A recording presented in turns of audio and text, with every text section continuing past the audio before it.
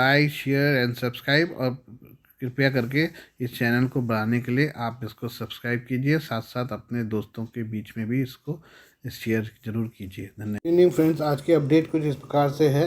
रूस में पिछले दिनों से तख्तापलट की नाकाम कोशिश के बाद राष्ट्रपति व्लादिमीर पुतिन अब सवालों के घेरे में हैं।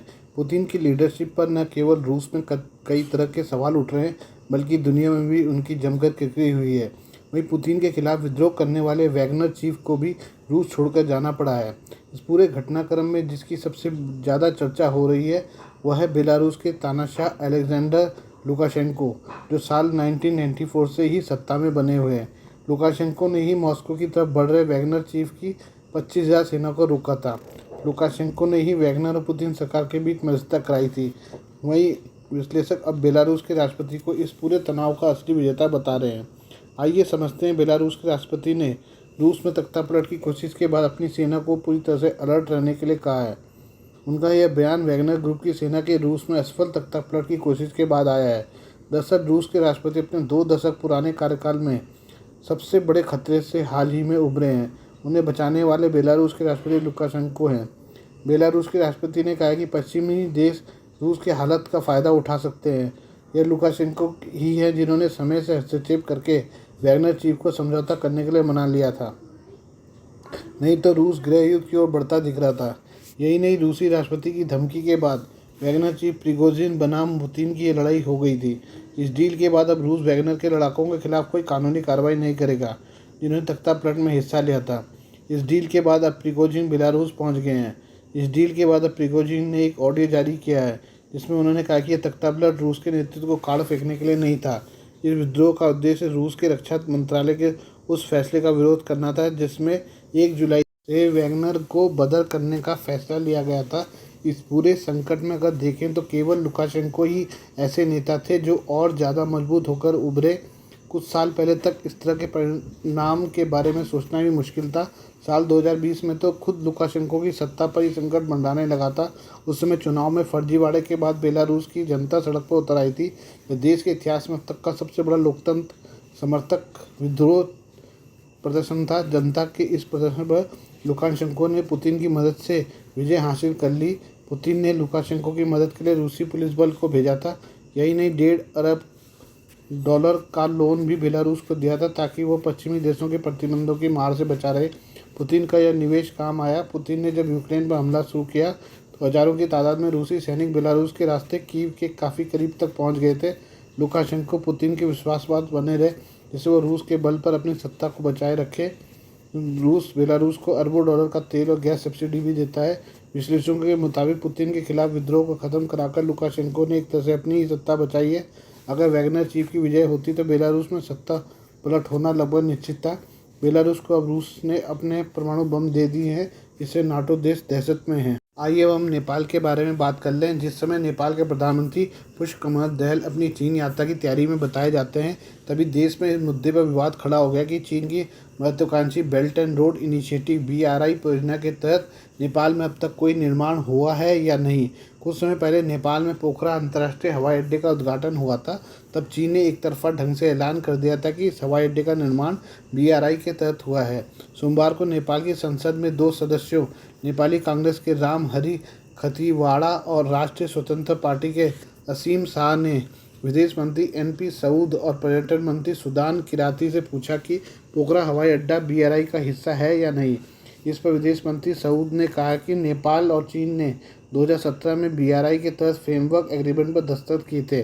उन्होंने पोखरा हवाई अड्डे का नाम नहीं लिया, लेकिन कहा कि अभी तक BRI के तहत कोई परियोजना आगे नहीं बढ़ी है। सऊद ने बताया कि BRI के तहत परियोजना पर अमल के बारे में अभी नेपाल और चीन के बीच बातचीत चल रही है। BRI के तहत किसी परियोजना पर भी अमल नहीं हुआ है। विदेश मंत्री के इस बयान को सीधे तौर पर चीन को झुठलाने के रूप में देखा गया है। पर्यवेक्षकों के मुताबिक चीन इस पर संभवतः सार्वजनिक रूप से कोई बयान जारी नहीं करेगा, लेकिन इस पर दोनों देशों के रिश्तों में कड़वाहट आने का अंदेशा है। नेपाल ने 2017 के समझौते के बाद BRI के तहत निर्माण के लिए 9 परियोजनाओं का चयन किया था। 2019 में चीन में हुए दूसरे belt and road initiative conference के दौरान जारी दस्तावेज में trans Himalayan multi dimensional connectivity परियोजना को शामिल किया गया था। लेकिन अब विदेश मंत्री के बयान से साफ है कि नेपाल सरकार की राय में इनमें से किसी परियोजना पर अभी तक अमल नहीं हो सका है। इस बीच ये चर्चा रही है कि नेपाल सरकार इन परियोजनाओं को आगे बढ़ाने को लेकर अनिच्छुक है। इसके पीछे कारण BRI परियोजना के बारे में अमेरिका और भारत की आपत्तियों को बताया जाता है। अमेरिका और भारत की राय है कि इस परियोजना के जरिए चीन अपना प्रभाव बढ़ाने की कोशिश कर रहा है। जब नेपाल ने BRI के लिए फ्रेमवर्क एग्रीमेंट दस्तखत किए तब पुष्पकमल दहल की प्रधानमंत्री थे। उसके बाद शेर बहादुर देउबा, KP शर्मा ओली और एक बार फिर देउबा प्रधानमंत्री बने। अब फिर से दहल प्रधानमंत्री हैं। विश्लेषकों के मुताबिक अलग अलग पार्टियों के नेताओं की सरकारें BRI के तहत किसी परियोजना को निर्मित करने में विफल रही। इससे चीन के कूटनीतिज्ञों को संदेश हुआ है कि नेपाल में इस परियोजना को आगे न बढ़ाने को लेकर एक तरह की राजनीतिक सहमति है। ये हम भारतीय मूल की आरती होला के बारे में बात कर लें। भारतीय मूल की आरती होला मैनी को वियना में बाहरी अंतरिक्ष मामलों के संयुक्त राष्ट्र कार्यालय UNOOSA के निदेशक के रूप में नियुक्त किया गया है। संयुक्त राष्ट्र महासचिव एंटोनियो गुतेरेस ने कहा कि मैनी के उपग्रह उद्योग में अनुभवों को देखते हुए यह फैसला लिया है। बता दें, मैनी इटली की सिमोनेटा डी पिप्पो की जगह लेंगी। गौरतलब है, होला मैनी को 25 साल से ज़्यादा प्रबंधकीय वकालत कार्यों सहित अंतरिक्ष क्षेत्र में अनुभव है। इन्हीं सबको देखते हुए उन्हें भारी अंतरिक्ष मामलों के संयुक्त राष्ट्र कार्यालय के निदेशक की जिम्मेदारी सौंपी गई है। सोमवार को जारी एक बयान में बताया गया कि हाल ही में उन्होंने north star earth and space में कार्यकारी उपाध्यक्ष, स्थिरता नीति और प्रभाव की भूमिका निभाई है। इससे पहले मैनी ने ग्लोबल सैटेलाइट ऑपरेटर्स एसोसिएशन के महासचिव के रूप में 18 साल से अधिक समय बिताया। विश्व आर्थिक मंच की अंतरिक्ष पर वैश्विक भविष्य परिषद के सदस्य के रूप में काम किया है। Ecole Polytechnique Federale de Lausanne space centre में स्पेस द्वारा प्रबंधित स्पेस सस्टेनेबिलिटी रेटिंग के सलाहकार समूह की सदस्य भी रही हैं। Satellite industry association of India के सलाहकार बोर्ड की सदस्य की जिम्मेदारी भी संभाल चुकी हैं। फोरम यूरोप को वरिष्ठ अंतरिक्ष नीति सलाहकार रह चुकी हैं। यूरोपीय संघ अध्ययन 2021 से 23 के लिए अंतरिक्ष यातायात प्रबंधन पर विशेषज्ञ सलाहकार के रूप में काम किया है। अगर भारतीय मूल की होला मैनी की पढ़ाई की बात करें तो उन्होंने अपना स्नातक जर्मन लॉ में UK में स्थित किंग्स कॉलेज लंदन से किया है। उन्होंने पेरिस के HEC से बिजनेस एडमिनिस्ट्रेशन में मास्टर्स किया है। वो अंतर्राष्ट्रीय अंतरिक्ष विश्वविद्यालय की पूर्व छात्रा भी रही हैं। उन्हें कई भाषाओं का ज्ञान है। वो अंग्रेजी, फ्रेंच, जर्मन और पंजाबी बोलती हैं। उन्हें डच भी थोड़ी बहुत आती है। आइए हम नेपाली गोरखाओं के बारे में बात कर लें। अपनी बहादुरी और शौर्य के लिए मशहूर नेपाल के गोरखा सैनिक अब रूस की तरफ बढ़ने लगे हैं। एक रिपोर्ट की माने तो भारी संख्या में गोरखा सैनिक रूस की प्राइवेट मिलिट्री वैगनर को ज्वाइन कर रहे हैं। यूक्रेन की युद्ध रूस की तरफ से लड़ने वाला वैगनर ग्रुप पिछले दिनों अचानक राष्ट्रपति व्लादिमीर पुतिन के विरोध में उतर आया। कई विशेषज्ञों ने वैगनर ग्रुप को रूसी सेना की तुलना में अधिक कुशल और क्षमतावान करार दिया है, खासतौर पर तब जब पिछले दिनों पूर्वी यूक्रेन में एक छोटे लेकिन रणनीतिक शहर बखमुत पर इस ग्रुप ने कब्जा कर लिया था। कहा जा रहा है कि नेपाली गोरखा युवा अब वैगनर में शामिल होने लगे हैं। द डिप्लोमेट की रिपोर्ट के मुताबिक 16 मई को रूस ने 1 साल की मिलिट्री सर्विस के बाद रूसी नागरिकता हासिल करने से जुड़े आसान नियमों का ऐलान किया गया था। तब से ही सैकड़ों नेपाली युवा कॉन्ट्रैक्ट के आधार पर सैनिकों के रूप में रूसी सेना में शामिल हो गए हैं। रिपोर्ट दावा किया गया कि उनमें से कुछ नेपाल सेना से रिटायर्ड हैं।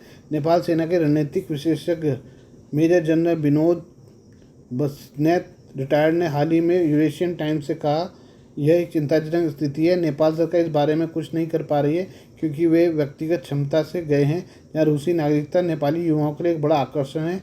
वहीं एक और वजह भारतीय सेना में उनकी भर्ती का खत्म होना है।